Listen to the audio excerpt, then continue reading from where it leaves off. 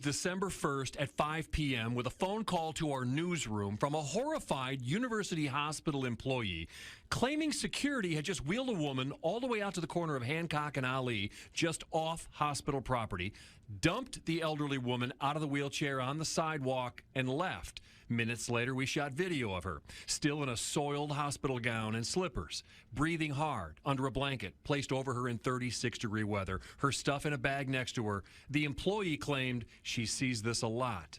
So I started watching, and on December 16th at 7 p.m., 35 degrees outside, I record 3 security guards surrounding an elderly woman with a walker, slowly escorting her out of the emergency room.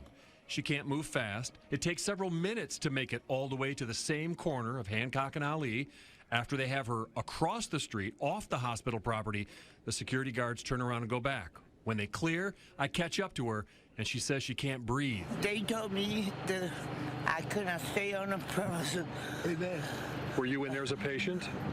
Well, I needed to be a patient because I'm sick. What's wrong with you? I got COPD. I got diabetes. So they wouldn't even treat you? The doctor talked to me for 1 minute. And they told you what? That I had to leave. What reason did he give you? He didn't give me a reason. She tells me she's homeless. I've got to go because I'm hurting. I'm in pain.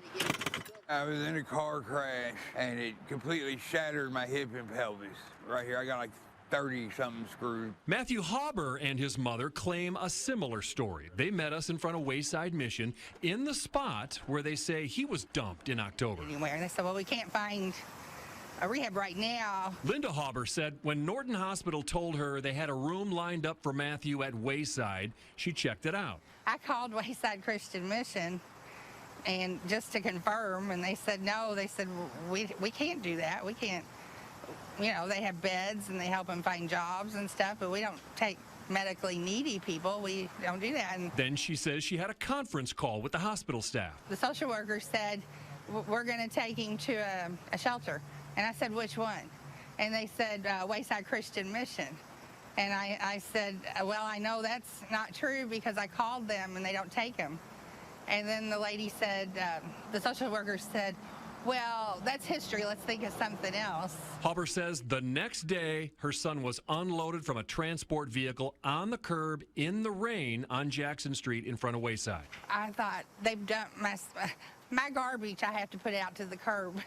That's how they dumped my son, like garbage. Linda Hauber said she was in no shape to care for him at home, and she died after this interview. They put all their stuff on the sidewalk over there. They dump them off over here on the sidewalk and get back in that vehicle and get out here just as fast as they can. Wayside staffer Perry Lane helped Matthew out of the rain and says he witnesses the same kind of thing dozens of times per year from hospitals as far away as eastern Kentucky.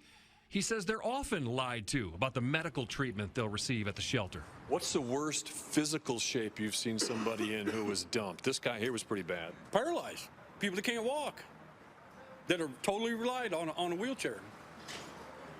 Take them out, put them in the wheelchair, throw all their stuff on the and take off. Wayside's Chief Operating Officer Nina Mosley tells me it's not uncommon. She says they're not trained medically, and sometimes they take patients right back to the hospitals. How can you dump people? These are human beings. How can you just dump them and leave them? It doesn't make any sense to me. It's unhuman, man. We detailed these incidents with dates and times to both Norton and University hospitals. Norton Healthcare Senior Vice President Renee Murphy responded in an email that says, in order to safeguard the privacy of patients and in compliance with HIPAA, we are not permitted to discuss specifics regarding a patient's case. There are several details to this case that may not have been communicated to you by the family.